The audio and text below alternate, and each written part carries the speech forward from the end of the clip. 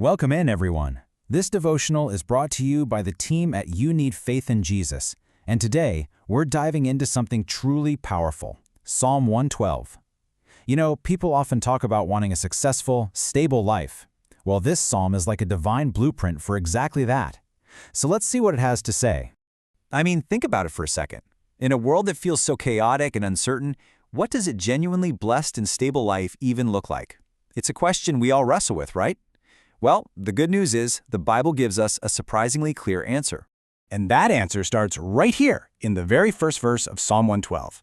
The entire foundation for this blessed life is laid out in these words.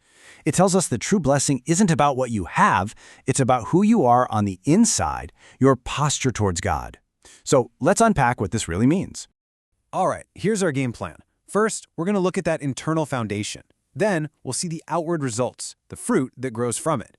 After that, we'll talk about the unshakable inner security it provides. And finally, we'll wrap up with the practical steps you can take to build this life.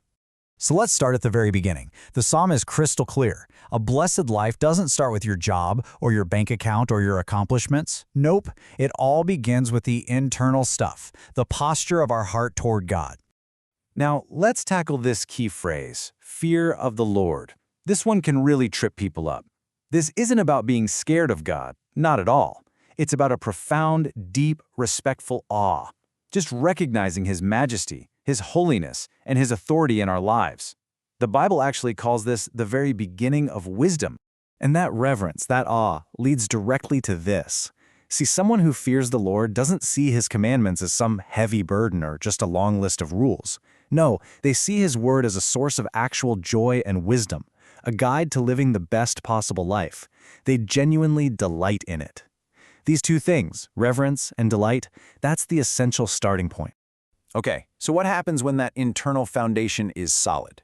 Well, the psalm shows us it naturally produces real, tangible results on the outside. A life built on God's principles is always going to bear good fruit.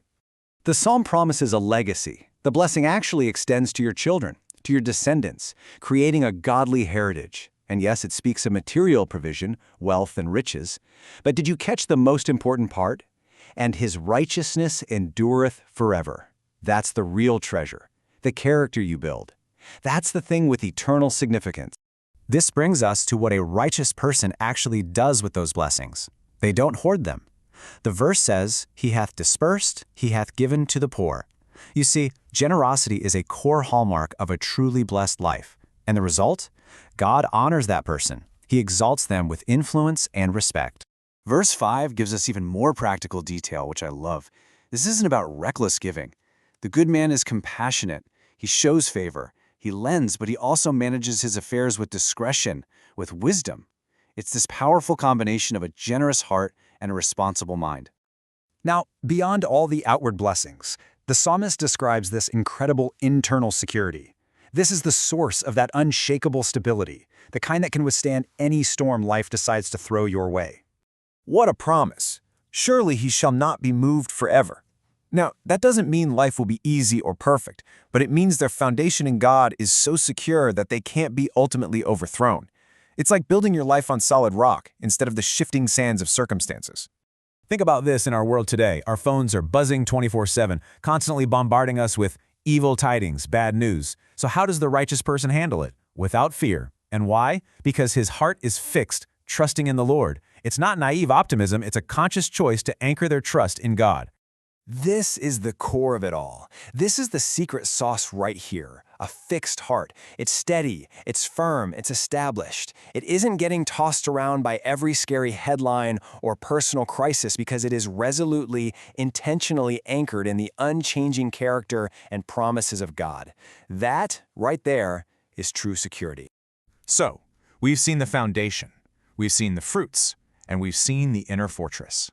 So the big question is, how do we bring it all together? How do we make this blueprint our own reality? The psalm ends with a really sobering contrast. It doesn't pull any punches. It describes the wicked person who sees the stability of the righteous and is just filled with frustration because their own path, it ultimately leads to nothing. This final verse presents two very different paths, reminding us that our choice between them has eternal consequences.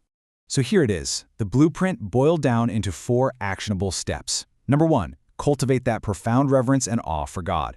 Number 2, learn to find genuine delight in His Word. Number 3, practice generosity that is both compassionate and wise. And number 4, in every single situation, consciously fix your heart and your trust in the Lord.